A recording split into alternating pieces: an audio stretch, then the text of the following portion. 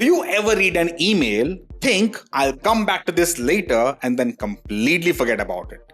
And let's be honest, most of us, including me, end up marking that email as unread just so we remember to reply to it later. I used to do the exact same thing until I got curious and thought, there has to be a better way to manage this in Outlook. And interestingly, a few of you actually messaged me asking the same question. That's when I came across this feature, which has literally been right in front of us the whole time.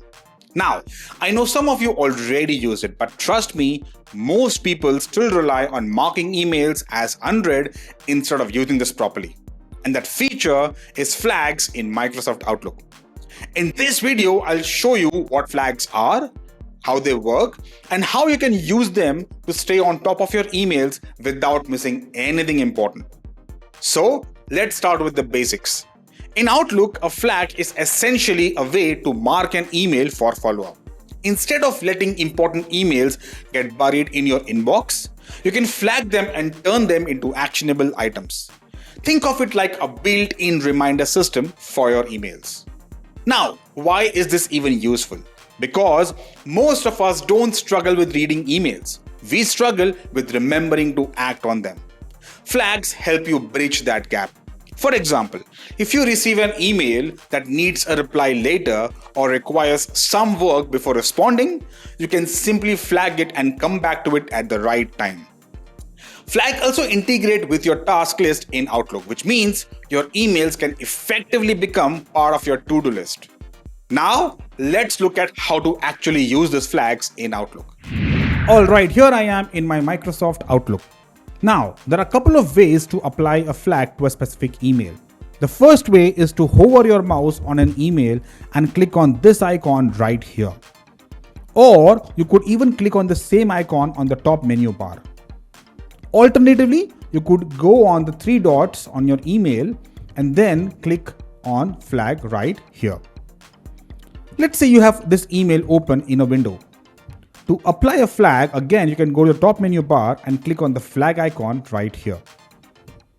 Notice this button just below the flag? When you click here, it will give you a couple of options. You can now choose to apply a flag for today, tomorrow, this week, next week, or even do it without specifying a date. Let us say I want to apply a flag for today. Once I click on that, it will now apply a flag and give me a notification right here. What you see is it says flagged start at 12th April, due by 12th April again. So from 9 to 5. Let's say by evening I've completed my task. I can then go here again and say either clear flag or mark as complete. When I click clear flag, it would now disappear and the flag has been cleared off.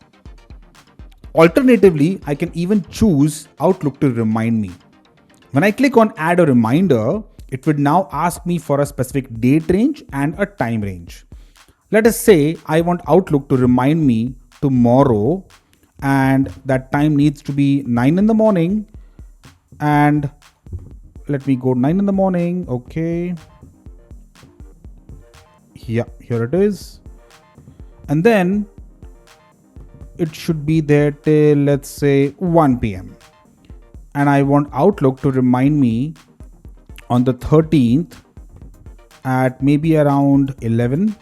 So I'll click here and then say save. What this will do is it will flag this email between the 13th of April morning to afternoon and remind me exactly at 11 a.m. on the same day. And that's how you use flags in Outlook. Alright, before you go, here are a few simple ways to make the best use of flags. Number 1, use flags as a daily task manager. Anything that requires action gets flagged. Number 2, assign due dates wherever possible. This helps you prioritize instead of just collecting tasks. And number 3, make it a habit to clear flags once you are done. This gives you a clear view of what's still pending. Used correctly, flags can turn your inbox from a cluttered mess into a structured workflow. It's a simple feature but incredibly powerful when used consistently. Thank you for watching, and I'll see you next time.